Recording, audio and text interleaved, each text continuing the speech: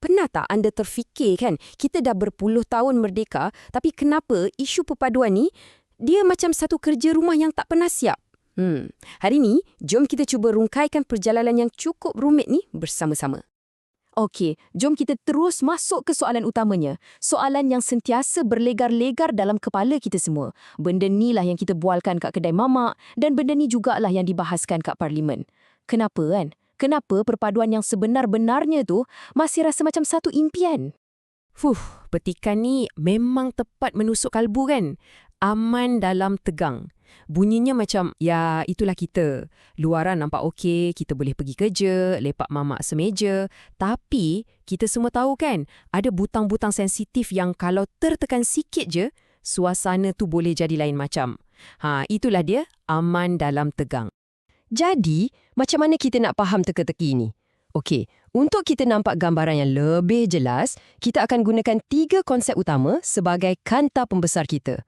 Kita akan tengok apa impiannya, apa realitinya sekarang, dan apa kerja keras yang sedang dibuat. Dah sedia? Jom kita mula.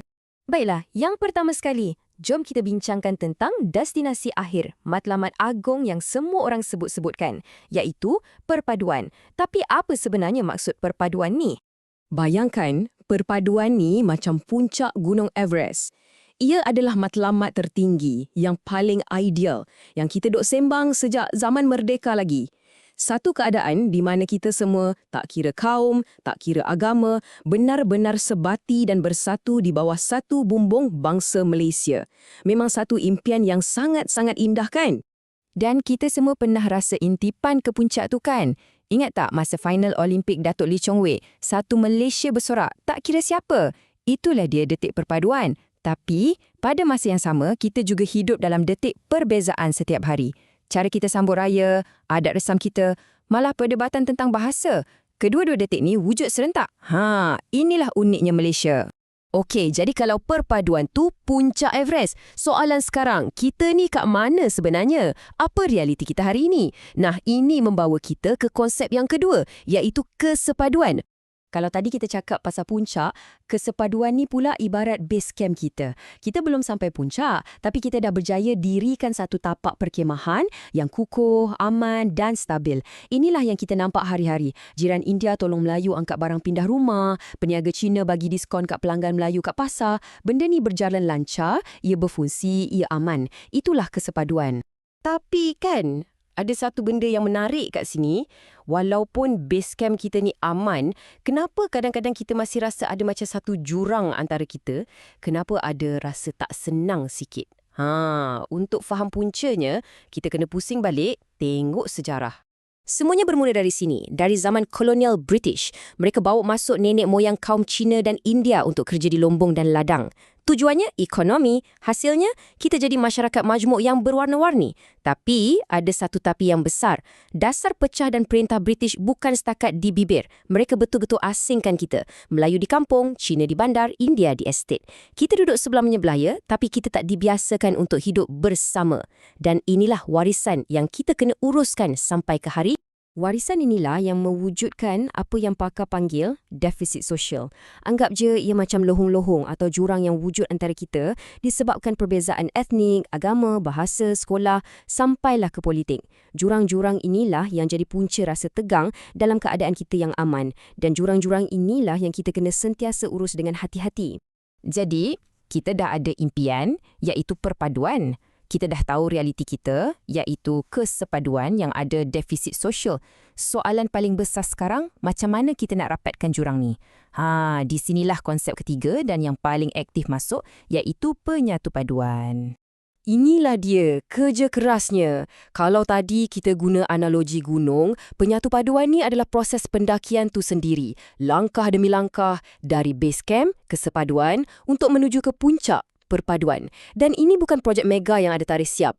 Ia adalah usaha berterusan, hari demi hari yang melibatkan semua orang, dari pemimpin sampai rakyat biasa.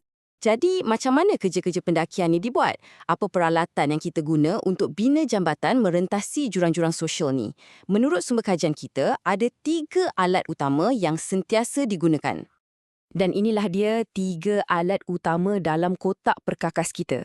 Pertama, tawar-menawar. Ini selalunya berlaku di peringkat tertinggi macam ahli politik berbincang pasal dasar. Kemudian ada perundingan. Ini lebih dekat dengan kita. Contohnya bila ada salah faham di peringkat taman perumahan.